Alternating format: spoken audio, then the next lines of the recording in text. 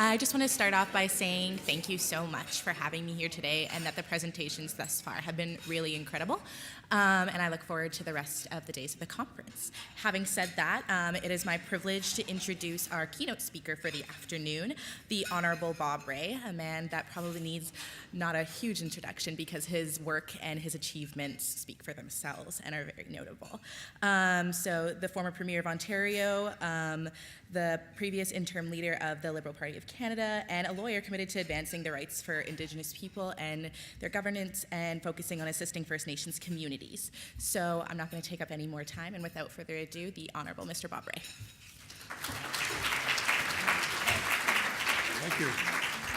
Thank you. Thank you very much, Riley, and thank you, ladies and gentlemen, for an opportunity to speak with you at the lunch hour. This is my second chance to talk to this traveling discussion across the country, which the Institute on Governance has been organizing. It's a huge challenge that we're facing, and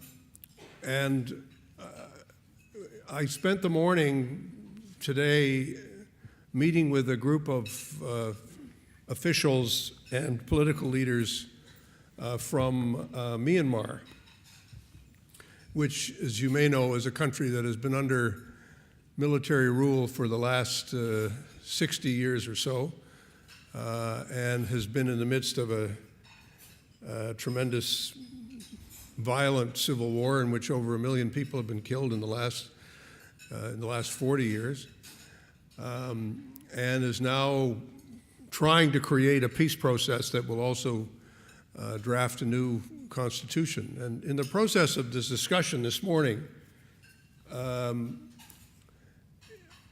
as I began to think on the other half of my brain exactly what I would be talking about today at lunchtime, I realized that there's actually a lot of similarity between many international conflicts and governance questions and the issues that we're facing in Canada.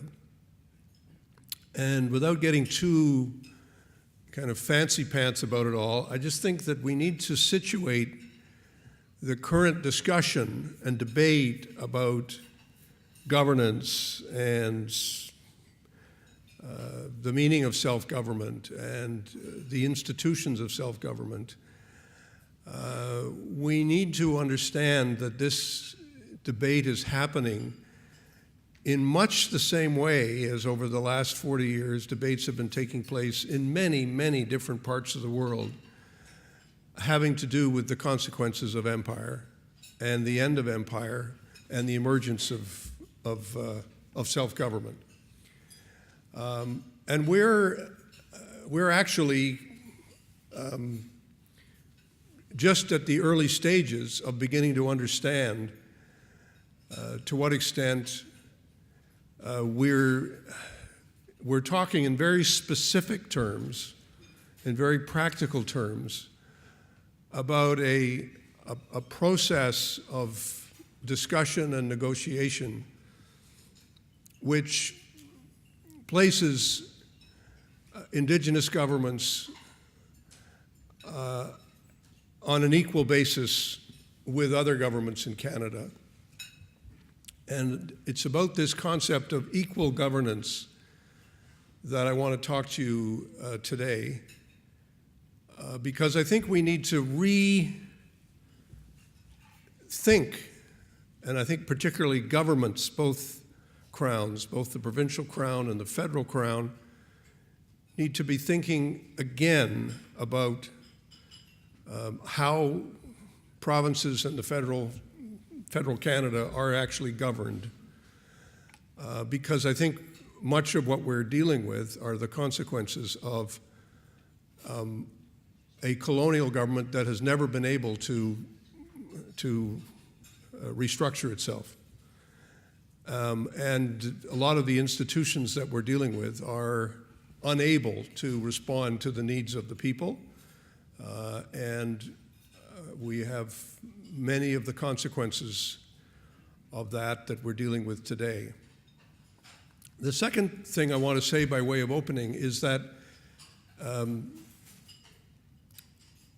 I think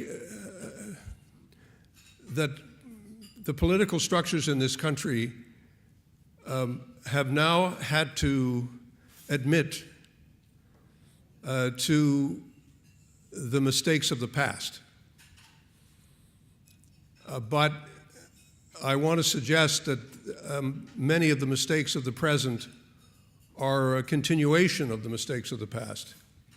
And I think there's been a profound inability to recognize that much of the trauma that we have seen is continuing. When we look, for example, at the issue of residential schools, you cannot commit an atrocity like that and expect its impact to be resolved in a few days or a few weeks or a few months or a few years. And you cannot believe that the simple utterance of "I'm sorry" actually begins to redress or address the extent of the problems that have been created. And I now spend much of my time trying to explain to governments why their thinking has to become far more radical than it has ever been. And of course, large institutions don't like to hear that and are quite prepared to dismiss it. But we do need to understand that the degree of institutional change that's required is dramatic. And that doesn't mean it will happen overnight. Let me make it very clear that I'm not a believer in thinking that having announced the need for dramatic and wholesale change, that means it will happen with the snap of a finger, or simply with the signing of a large check, although that will sometimes have a beneficial effect. It isn't necessarily the only issues that need to be addressed.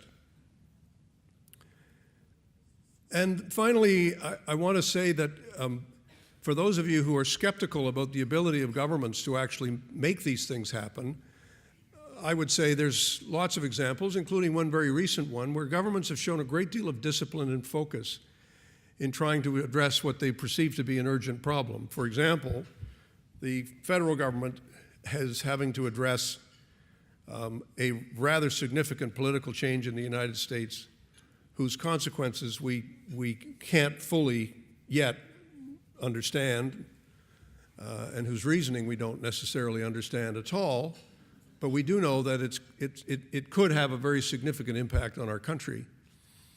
And the federal government has, I must say, done quite a remarkable job of actually mobilizing itself and mobilizing the provinces, mobilizing the private sector and Canadians to understand that there needs to be a concerted effort to engage with the broad spectrum of opinion and institutions in the United States in order to offset the impact of any untoward, sudden shifts in policy which might or might not emerge. So I'm not one of those people who thinks that governments just can't get it together, that it's just too difficult to begin to change the institutions. At the very least, the decision of the Canadian Human Rights Tribunal in the Caring Society's case has to be understood as setting out a very clear message to governments that the view of the Crown, which was expressed in every submission that was made to those to the tribunal, it is entirely within the discretion of the Crown to decide how much is enough when it comes to providing for the care of children in need living in Indian band communities. And it is entirely up to the federal government alone to decide what is adequate and what is not adequate. And it is not legitimate to argue that the spending on reserve has to bear some relationship to what is being spent in neighboring non-Aboriginal communities, and that there's no basis to argue that there is discrimination. One of the things I really believe is that when we look at all the decisions that the Supreme Court has made, or in this case the Human Rights Tribunal has made, we need to appreciate that that's not actually what the government thinks. And just because a tribunal or a court has made a decision, it doesn't mean that the people who are arguing the opposite on behalf of the government have suddenly said, oh, we were wrong, we've changed our minds, and now we have to go in completely the other direction. That isn't normally human behavior. So we need to appreciate what has government always said about the level of funding that they will provide to the Indian Act band structures, to territorial governments, to recent land claim recipients, to treaty negotiations. The view of the Crown, federal and provincial, is that it's their business and their business alone to decide how much they will spend. They will spend what they believe is required. And this is actually residential school thinking. Because one of the things we know for certain about residential schools is that the funding that was provided to residential schools was totally inadequate. Setting aside the racism, institutionalized racism that lay behind the establishment of the residential schools, setting aside the abuse and the victimization of people that occurred without any doubt in residential school settings, let's just set those aside for a moment and just look at this as a spending issue. As a spending issue, the thinking of the federal government has absolutely not changed for 150 years. And that attitude is, we will decide what is adequate. We will decide how much is needed, and if it's less than what other people get, that's too bad. Other people may be spending too much money. And that thinking hasn't changed. Now, the implication of the tribunal decision, and they're having tremendous issues with enforceability, as we know, and one of my colleagues, Maggie Wente, is here, who's been doing a lot of work on this on behalf of Chief Day. And the enforceability of the decision is one question, but the decision of the tribunal is very clear, and that is to say, if it can be established that there is in fact discrimination on the basis of where you are living that leads to a lesser amount being spent than is being spent by every other jurisdiction in the area, then there's a problem, which the federal government, in this instance, has to address. But let's be clear. What applies to child welfare clearly applies to education. It lay behind the decision, ultimate decision of the AFN not to endorse the agreement that had been negotiated with Prime Minister Harper. It applies to health care. It applies to housing. It applies to services to seniors. It applies to every single aspect of service that is currently being provided under the Indian Act by the bands themselves after receiving funds from the federal government.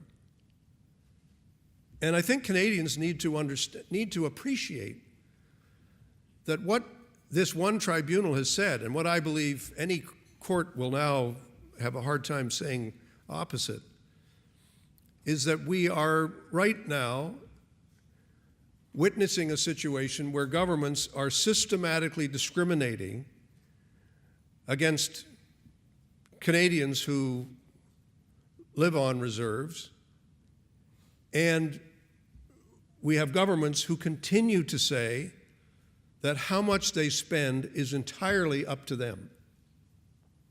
There's actually one other constitutional argument that I think we need to introduce into the debate, and that is that Section 36, we all know about Section 35, because Section 35 has been the little piece of light that is left in the Constitution that continues to give some strength to the First Nations' very legitimate claims. Section 36 is the equalization section. And Section 36 talks about how every Canadian citizen, regardless of where they live, what province they're living in, where they're living across the country, is entitled to a relatively equivalent level of services. Now, I'll leave it to others to determine how one would use that to make an argument in front of a court. But I believe very strongly that the premise that the federal government has been making, and that provinces make as well, that it's entirely within their discretion to decide what level of service they will provide, is actually not true. It's actually false. And that is the first point that I want to make, is that we need to understand that although I'm sure a survey of Canadian public opinion would say we're already spending too much, and certainly if you read the headlines in some of the newspapers, you'd say, oh my gosh, all this money is going astray, and money's being misspent, and money's being wasted, it's all a waste of money. And certainly based on my occasional conversations with a variety of Canadians on these subjects, it's amazing how much misinformation and misinterpretation there is behind public opinion in this regard. But the first thing we have to say is that there is, without any doubt, systemic and systematic discrimination in the level of spending that is currently taking place, in the level of support that's being provided, not only to Aboriginal people who are living on reserve, but to their governments. That is an undeniable fact. The only debate is, well, how much is the bill? How much is it? How much is this, what is this amount worth?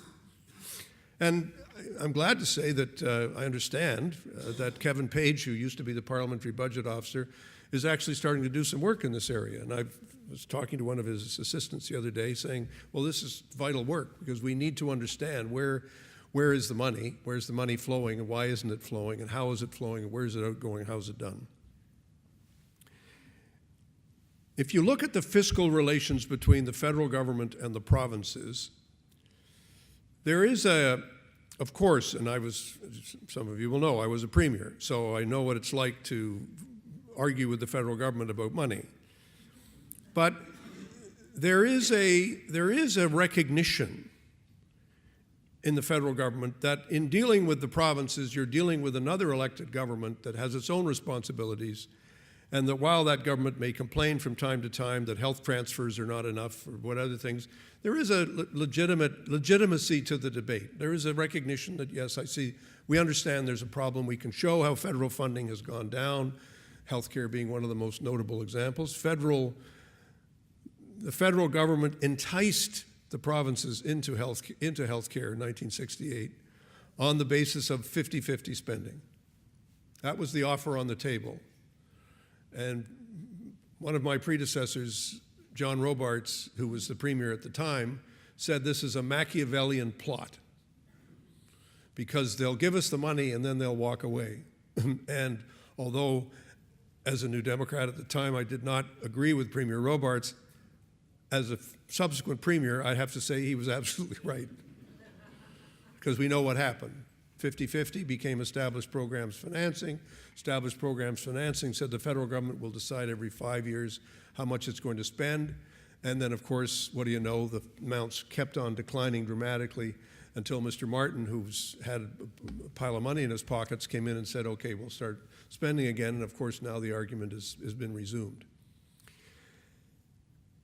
The trouble with where we are with respect to Indigenous governance is that neither the federal government nor the provincial governments take Indigenous governments seriously. I just don't think they do. I think they regard them as institutions that have existed for a long time, that need to be controlled, that need to be limited, that need to be disciplined. My classic example that I give is imagine this situation, the province of Ontario, let's say, we found that 25% of the municipalities had so little money and were engrossed in so much debt that they would have to be administered by some outside party. We'd have to send in somebody else to fix the problem and to continue to run them. Well, I mean, let's look at the reality of the fiscal situation facing First Nations governments. They are not all, because some are far better off because of the location and because of advantages that they're able to take of one thing or another, but there are so many governments under the Indian Act that are either on third-party management or co-management and are constantly restricted in everything they can do, how they can they spend money here rather than there, can they shift money from one parcel to another parcel. Again, speaking as somebody who ran a government, yes, we got transfers from the federal government. And I can certainly say for a fact that we spent lots of money on health care.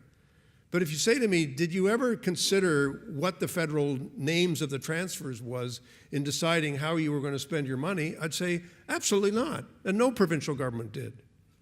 There was no requirement that we would do so. There was no, the money came. Block funding was block funding. You got the grant. It was there.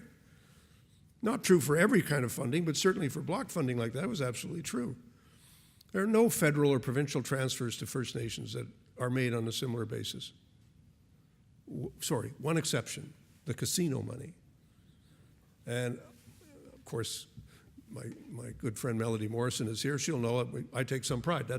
I had something to do with the decision to say we're going to allocate additional funds to First Nations from the province because we felt it was the only right thing to do because we were limiting the ability of First Nations to establish casinos. Casinos, as you know, have been the basis for a great deal of cash flow to Indigenous nations in the United States. For a variety of reasons, provinces said we don't necessarily want to go down that route, but we are going to go in the casino business, so we'll share the cash flow, which has been done. My point is that we need to have a very blunt assessment of the current situation before we can figure out what do we need to do and how are we going to do it. And I think the bluntest description of the system could be that it is inadequate, it is paternalistic, it is discriminatory, and it will require a fundamental change in order to begin to meet the standard that I think most of us would want to apply. If we were giving advice to a developing country, this is exactly what we would say. We would say, we've created a debt trap that is every bit as significant as the debt trap that has been created for any number of developing countries. And every once in a while, the debt is forgiven, right? I mean, you look at what CETA does. Every once in a while, CETA says, well, we'll have to forgive a lot of that debt. The IMF forgives debt. Well, how many First Nations are in terrible debt? A lot, a great many. Well over 100 are in some form of co-management, but that's not the only ones who are in debt. And everything that they do is tied to paying for this or paying for that, back debt, things that have been allowed to accumulate. And again, the tendency in the system is to blame the victim. It's to blame the party that doesn't have the money and to say, well, why don't you have any money? A famous example in Attawapiskat was when Prime Minister Harper did his number on Attawapiskat and said, well, we've given X million dollars to that community over the last 3 years. Where'd the money go? Well, the answer is education, housing, health care. That's where the money goes. That's what you spend. You could ask the question of any municipal government, any province. You'd say, oh, we've given you $3 billion. Why are you asking for more? Well, it costs tens of billions of dollars to run the healthcare system in Ontario. So, we got to have some appreciation for how much these things actually cost in order to be able to run effectively. The other problem that I think we need to address was identified in the Royal Commission on Aboriginal Peoples, and this is probably going to get me into some trouble, but who cares? I'm, getting to the point now where I think I can let her rip. One of the terrible consequences of the Indian Act, I think it's, there are many terrible consequences of the Indian Act, but one of the terrible consequences of the Indian Act is it's created governments that are too small. The governments are too small to do what needs to be done. They simply don't have the base that allows them to do the things they want to do. Their traditional territories are too small, their populations are divided up, and it's very, very difficult for them to create the critical mass that allows them to make decisions. So what have the provincial and federal governments done? They have basically undercut the funding for every regional, provincial, and national organization that might be able to help address that question. Tribal councils are terribly badly funded. My good friend David Paul is here. He can speak to that more directly than I can. It's absurd, the hoops and discrimination and challenges and problems that tribal councils have to go through in order to begin to develop some critical mass. RCAP talked about this very directly. It said that the implication of self-government is that the units will become bigger. There will be more regional structures. And where we've seen more effective self-government, James Bay Cree, for example, in Quebec, the Nisga'a Agreement with respect to the amount of territory that was ceded, other arrangements that have been made in Nunavut and Northwest Territories, they have all involved broader structures. In some cases, they don't have Indian Act bands, and so they have other units of governance that are more effective. And we need to kind of discuss this. It needs to be talked about, because the problem is that you need bigger structures in order to be able to do bigger things. It's just a simple reality. If you want to get the province and the federal government out of the way, for example, if you want to start talking about how are we actually going to run education, how are we going to actually run healthcare, how are we going to operate these systems on a coordinated basis, the Indian Act band, it's difficult to say that's the best way to do it, because it isn't. And the reality of our current situation is that all of the current money and all of the governance and all of the power is in those band structures. So going to a band and saying, well, we now like you to share some of your, what? Share? Well, we haven't got anything. What are we being asked? So it doesn't work. You immediately encounter that resistance that says, oh, no, that's for us. And it's perfectly understandable, because you're arguing over such a small piece of the pie. But we need to, if we're going to create stronger structures, we need to recognize the need to become broader in our thinking. And of course, as everyone says, the Indian Act created governance structures that had nothing to do with language or tribal identity or where people actually came from and how they lived together. It had nothing to do with previous clan structures and indigenous governance that existed prior to settlement, or indigenous structures that existed prior to the Indian Act. And then governments turn around. What gets me is they turn around and they say, you know what? They just don't have the capacity. These communities are dysfunctional. And you say, okay, let me understand. You created these tiny little units. You've given them no responsibility. You took their children away for 150 years. You forced them to live in conditions of almost total poverty. And now you're turning around and saying, well, they can't do it. I said, if this was at the United Nations, you'd be pilloried as a colonial structure that said we've been in charge of this for hundreds of years and we have not created the capacity for self-government. What? What does that say about us? What does it say about us as a country? Really? We've been doing this for a long time and we don't have the capacity? And then I turn around and I say, you know who doesn't have the capacity? You. How many of your public servants speak Cree or Mohawk or Oji Cree or Ojibwe? How many of you are able to really understand the cultures with which you are dealing? How many of you have immersed yourselves in trying to understand the condition of the people and why the people are in the condition they're in? And what is your demonstrated capacity for change?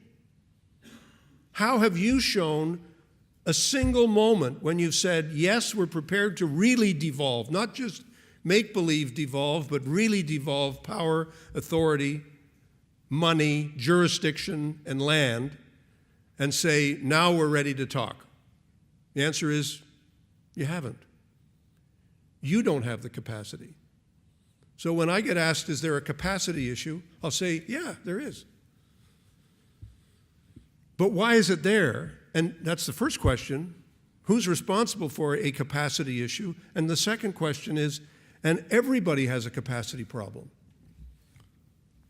And unless governments, in this case, the majority of Canadians, are prepared to look in the mirror and say, yeah, I now understand better what the problem is.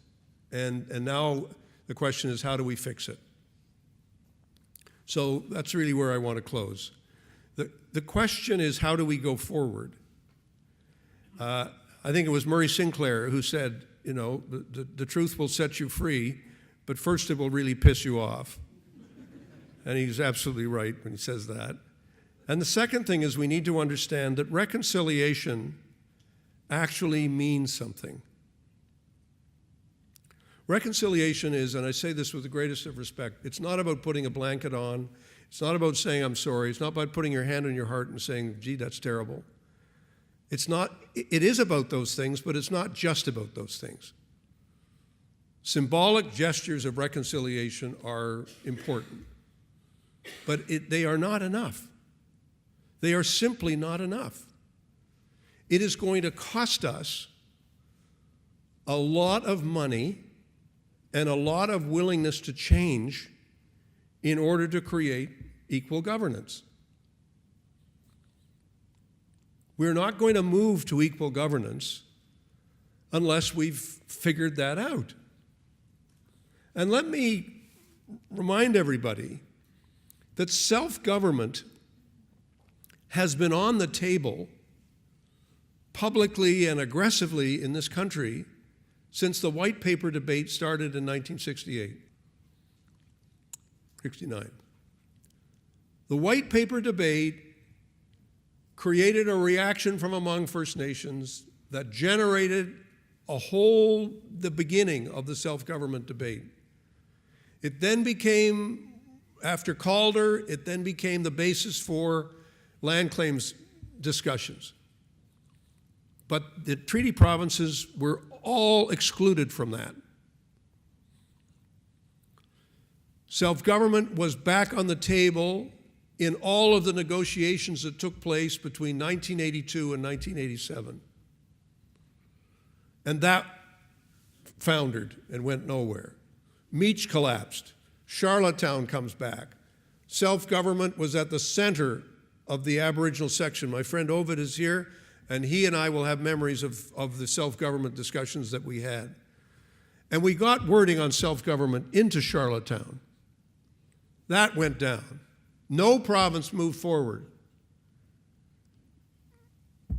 You have movement with respect to Nunavut and the Northwest Territories, Yukon land claims.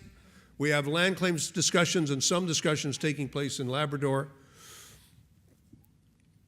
We have the Nisga'a Treaty. We have a couple of other, James Bay, significant changes and shifts with respect to self-government. But self-government is an agenda that is still waiting to happen. And neither the provinces nor the federal government are really prepared to embrace it. And now in the post-RCAP, self-government was at the center of RCAP. Truth and reconciliation, self-government is referred to extensively in that document. The question is, when are governments going to actually move? And when are they going to realize and recognize that it has to be done on the basis of equality? It can't be done on the basis that says, we'll give you what we think you're worth. That is simply not acceptable. I think it's unconstitutional. although I know I'm not allowed to mention the word Constitution anymore, but I will. I will keep talking about it. Because we need to understand there are principles about this country that need to find their expression in our national institutions. And this is such a critical part of what we are as a country. The journey is not over. The journey is just starting. We're just emerging from the darkness of all of the trauma that's been experienced and all of the challenges that we've faced. And the foundation of it has to be fiscal equality. And in the absence of that, and in the absence of really effective self-government, we're going to keep on playing the same movie over and over and over and over again. And it's a very tough movie to watch. I mean, the consequences of neglect and the consequences of paternalism are experienced every day on reserve, and they're experienced every day in the cities where more and more Aboriginal people are living. And we know the consequences of this. The coroner's inquest will pile up higher and higher, and people will still say, how did that happen? And, why, that's terrible. There are solutions to these things. It doesn't need to happen. Dysfunction is not a permanent condition. It doesn't have to be. There are solutions here that we need to find. So I appreciate the chance to talk to you as directly as I have. I hope I haven't upset too much. I hope I've upset a few people, but as long as I upset people into action, I don't really care how angry they are. But I do appreciate it, and I want to congratulate this group for continuing to meet and talk and move forward. I just think we have to start setting some yardsticks so that we're not just saying the same things over and over. We can actually see some signs of real improvement as we go forward. Thank you very much. Miigwech.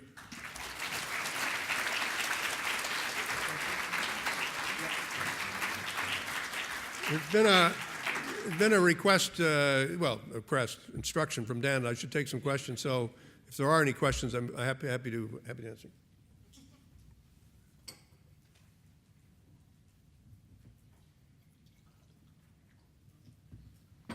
Hello, Mr. Ray. I have a couple of questions here. You mentioned the discrimination on funding, which is true, but I would like to know if you know of any funding available for non-status Indians. No. None.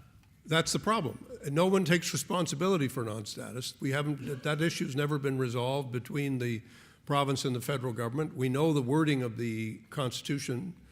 In my view, under the wording of the Constitution, the federal government continues to have responsibility for Indians and land belonging to Indians, and the fact that you're non-status is neither here nor there. But it's a challenge. The province just says, well, you're like any other group of people. We may give you a grant to do X or Y, but you're not entitled to any particular level of funding.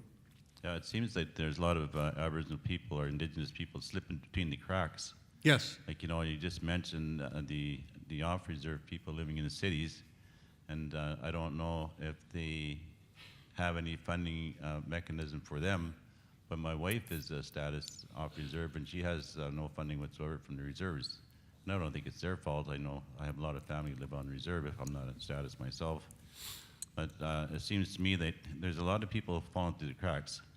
And like the gentleman said before, it's because of the funding and the discrimination.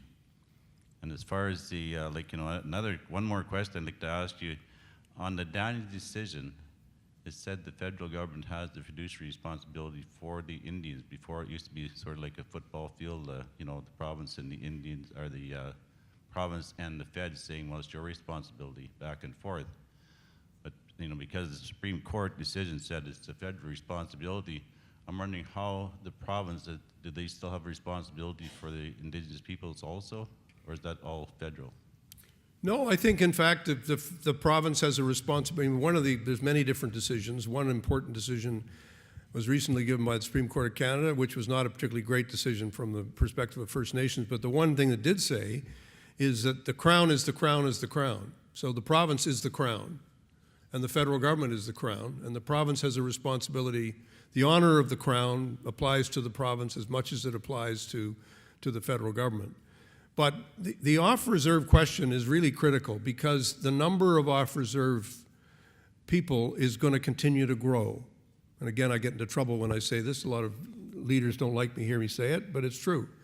The urbanization phenomenon is not going to suddenly change. And we therefore need to figure out, well, what do we think is the right approach to take? Historically, the approach has been, once you leave the reserve, you're gone. And you mix in and you're a citizen like everybody else, and your rights are pretty limited. But I think we're seeing in a number of communities to say, well, does that mean like 30 or 40% of the city are going to be just, set on one side and say, well, you make do? And, there's all sorts of issues around schooling, around healthcare, around seniors, around urban, preserving cultural identity, around language, all sorts of issues that need to be addressed that have simply not been addressed by the either the federal government or the province. Good afternoon, Mr. Ray. Mr. Ray, if you were Premier of the province again, would you be willing to share fiscal powers with First Nations and First Nation Aboriginal groups as a measure of equality? Yeah, the answer is yes. I mean, I did it very modestly when I was Premier, so I'm not just blowing smoke, although some might say a little bit of smoke. But I think it has to be done. I think the sharing of revenues, the sharing of monies, has to be a part of the approach that we take. I mean, I've even argued, if we look at the GST, the federal government cut the GST by 2 points. If you put 1 point back, it would be worth $7 billion. If you said, okay, we're going to establish a trust fund and we're going to put that $7 billion into that trust fund every year, and that trust fund will be managed on behalf of First Nations, by First Nations, you would create a tidy sum in a pretty quick order, because even if you wanted to, you couldn't spend it all in one go. You'd need to have a way of allocating it and figuring out how it should go. What would it take for a leader to say to his fellow Canadians, you know what, we have to pay this, we have a debt to pay? And there's no way you can look at the record of the last 150 years and say we've fully addressed all of our obligations to the First Nations. Our fiduciary obligations have been met. You can't. So when the provincial government, Premier Wynne, to give her credit, has agreed in principle to discuss revenue sharing. She's done it with respect to the hydro payments that are being made, that have been negotiated. So there's lots of precedent for that across the country. I think Premier Wall is the only premier who said he won't do it. Premier Clark has already done it, or I think she's still Premier Clark. I think that's the right name. I know what that's like, by the way. So, Mr. Ray, it's Peter Garrow, Yeah. Mohawks of Akwesasne. You mentioned about the Cree language. I really applaud you for that, or any Mohawk language, or any language, Indigenous language. I think it's really important people to know. But the big thing is that, of course, our education system has to change. With that question, the lights dimmed. But I know there are many universities right now are putting into fact that to get a degree or a diploma, you require some course in Native Studies. Education is really a key. Been working with the Ontario Public School Board and the Ministry of Education in Ontario, trying to look at mandatory courses. Most of Native Studies courses, Native language courses are electives. Really trying to push, because Canadians don't know about us. We've been left out of history. And so I think that this has to come about as change in the education system and also with our youth. When I talk to non-Indigenous students, they said, how come we don't know about this? How come we don't know about the residential schools, treaties, effects of the Indian Act, 60s scoop? You hear it, you see it on the newscast, but they don't know nothing about it in the classroom. And those are the discussions that have to come about, that those students, who of course are going to be our future leaders, need to really understand that change is going to have to come from them. So hopefully that through your efforts, looking at the roots of the problem through the Indian Act, both federally and provincially, the whole message of the Crown. When I'm back in my community, people are really fearful of the fact that we're on Crown land. We have a status card. What does that mean? How many people have that?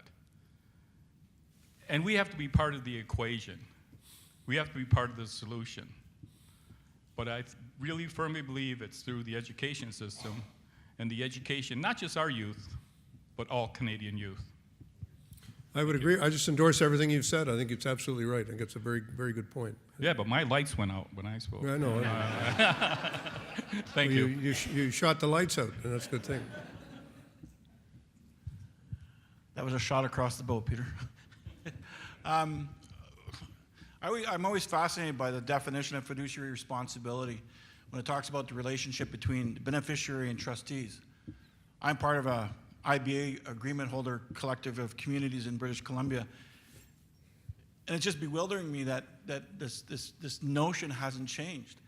When I was in Ottawa, I always liked the discussion you have around the table around, as I said to Scott, the idea of a notional budget, and you have those meetings constantly from April to November, the notional budget, and it's confusing to me because if we're going to have a relationship between beneficiaries and trustees, we're the trustees. Government believes that they're the trustees. They're the beneficiaries. So I think, do you think there's a readiness with all this, again, the notion of reconciliation, that notion needs to change where we're the trustees? Well, I mean, I've reached the stage where I don't mind upsetting people. I think there's something intensely paternalistic in even referring constantly to this notion of a fiduciary relationship, because it's sort of like saying we're going to take care of the kids. We've got an obligation as parents to take care of other people. And I'm much more blunt about it. In order to be a government, you need money, you need land, and you need jurisdiction. And if you don't have any of those things, strategy without resources is called hallucination. And if you don't have any of those things and you say, I'm a government, I'm a nation, yeah, nation to nation, great. You and whose army? Like, you've got to have the capacity to be able to run things. And the way the federal government has looked at it, it's to say, basically the attitude is, you guys don't know how to spend money. We'll give you the money we want when we want. We don't have very much this year, so we're going to give you less. And what'd you do with the money you spent last year? And if that attitude doesn't change, profoundly change, then nothing will change. This situation will just continue. Which leads me to believe, in another sort of provocative thought that I've had, is that the white paper was withdrawn. But the mindset behind the white paper has never been withdrawn. Go back and read the white paper and say, wow, you really think that could work? Because the assumption behind the white paper was the federal government will get out of the way, we'll work out the money later, we'll sit down and negotiate with the provinces about the money, and you're on your own. It'll be no more discrimination based on the Indian Act, but we're not going to be here for you forever. We have no further obligations. We've met our obligations. And if I look at what's happened, at the time of the white paper, I'm guessing here, but I would probably think 20% of the Aboriginal population, 15-20%, lived off reserve. That number is now well over 50%, depending on the time of year and where and when, but that number is way higher now. There's been a massive depopulation from reserves into cities. And the federal government has had a policy of not so benign neglect for a long, long period of time. And I think that's really what it's amounted to. And that's what you need to look at and say, okay, how can we actually address that? Now, I know there are a lot of people who work in the federal government who say, You can't say that because we're spending so much money. But it's the way in which it's being spent, because there's no sense of saying we're transferring you this money and this is based on a negotiated an amount that reflects the actual costs to you of providing these services, plus the costs of administration, plus capacity money so you can build up your capacity for self-government. And here's the amount, and that's it for this year, or now do it 2 years or 3 years, 5 years, whatever you want to do, whatever can be negotiated. And it'll be more than is being spent today. It should be more than is spent today. But there has to be some sense that people have of saying, okay, now we've got this money, we can decide how we're going to spend it. But, you know, paternalism, the problem with paternalism is that it also creates a psychology on behalf of the recipients to say, well, if we don't have enough, we can just blame Ottawa. We can just blame somebody else. And that's convenient for politics, but it doesn't necessarily mean that we're really addressing the underlying issues. Bob, if you were to meet with the Prime Minister today or tomorrow, what are the 2 or 3 things you would recommend to him that he absolutely must get done within this mandate? And a follow-up question to that is, do you believe there is the intellectual capital and or political will around the cabinet table to get done the things that you would recommend to the Prime Minister should you have that opportunity this week? Well, just for the record, I haven't actually spoken to the Prime Minister since before the last election, so I can't pretend to be a man of influence. But if I were asked, I would say, in a short form, what I've said today, and that is the first thing you need is vision. You need to decide what is your vision? What are you aiming at? What is the goal of all this? And I think the goal has to be, our vision is effective, equal self-government for First Nations and for territorial and other governments. Inuit, Métis, that's our goal. That's our objective. Reaching that objective will take a lot of time and resources. It will not happen overnight. I think you need to set yardsticks within that vision, and then you need to figure out how do we actually execute. Then I would say to him, right now, you don't have a joined-up crown. You don't have a joined-up crown in Ottawa, and you certainly don't have a joined-up crown with the provinces.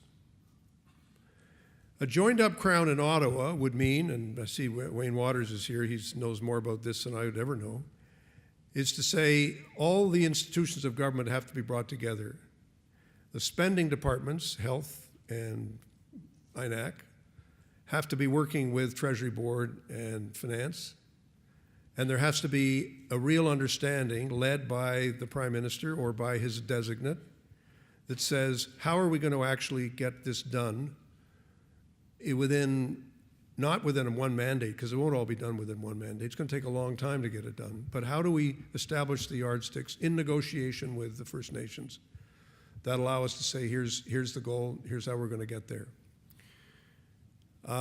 And then I would put one clear minister in charge to say, you are responsible for reporting to me as to the progress that we're making, and you're responsible for reporting to Parliament and for reporting to the First Nations as to what kind of progress we're making, what are the setbacks, why are we not, what are the problems we're facing, why aren't we facing them?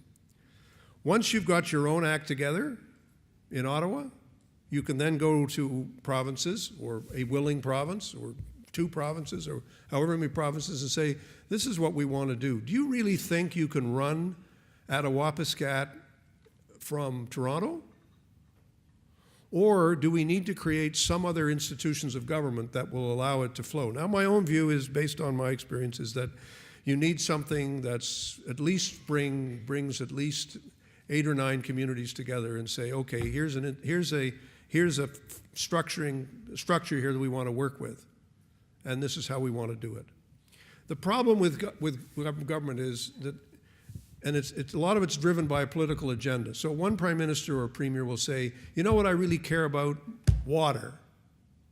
Let's fix the water problem. And you look at them and say, you can't fix the water problem on its own. It's not a water problem. We have a maintenance problem. Why do we have a maintenance problem? Because we don't have the people who got the training. And we can't, how do we create the institutions of maintenance that will provide for sustainability? Same thing with education. We have an education problem.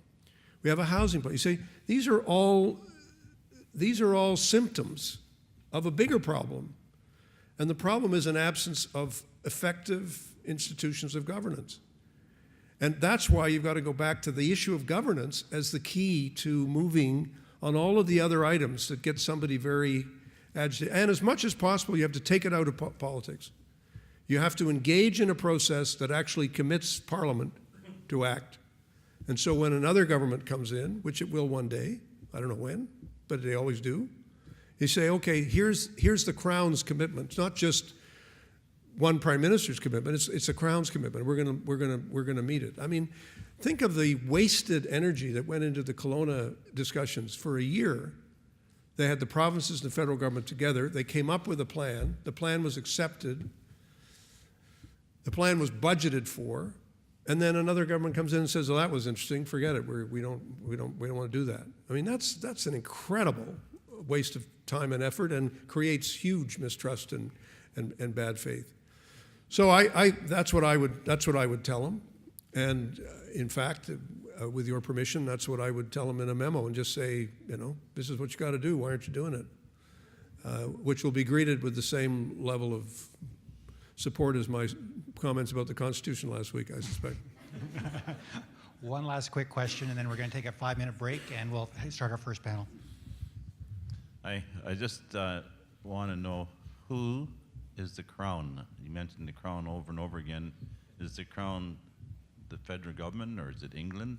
We don't have any royalty in Canada, so I'm just wondering why the name Crown and why it's used, and who takes responsibility for it. The Crown is not in England anymore. The Crown is hovering over Ottawa somewhere, and over Queen's Park, and over the provinces. The Crown is partly a concept, it's an idea that goes beyond government.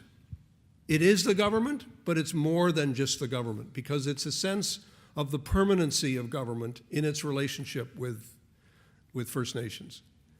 And that's why we need to constantly be reminding the governments of what, if you like, the Crown is government at its best. Government on its best behavior. And it's partly Ottawa, and it's partly Queen's Park, and that's what the Crown is. But it is the institution that includes day-to-day government. But if Mr. Trudeau or some other Prime Minister or Premier were to say, I am the Crown, you'd say, well, no, not exactly. Because you're not always on your best behavior. You're actually the Crown is a higher standard to which we hold the government. And that's why the court always says, the Crown is never mean-spirited, the Crown is never acts, badly, the Crown never tries to cheat you of anything, the Crown never engages in fast dealing. Well, we all know governments do that, right? I mean, they do that all the time. So they can't just be the Crown. The Crown has to be something a little bit higher than or better than just the behavior of any one government. Thank you, Mr. Ray. I could go on. Sorry? Oh, that's okay. Okay. Thank you, Mr. Ray. That was a wonderful presentation. Thank you very much.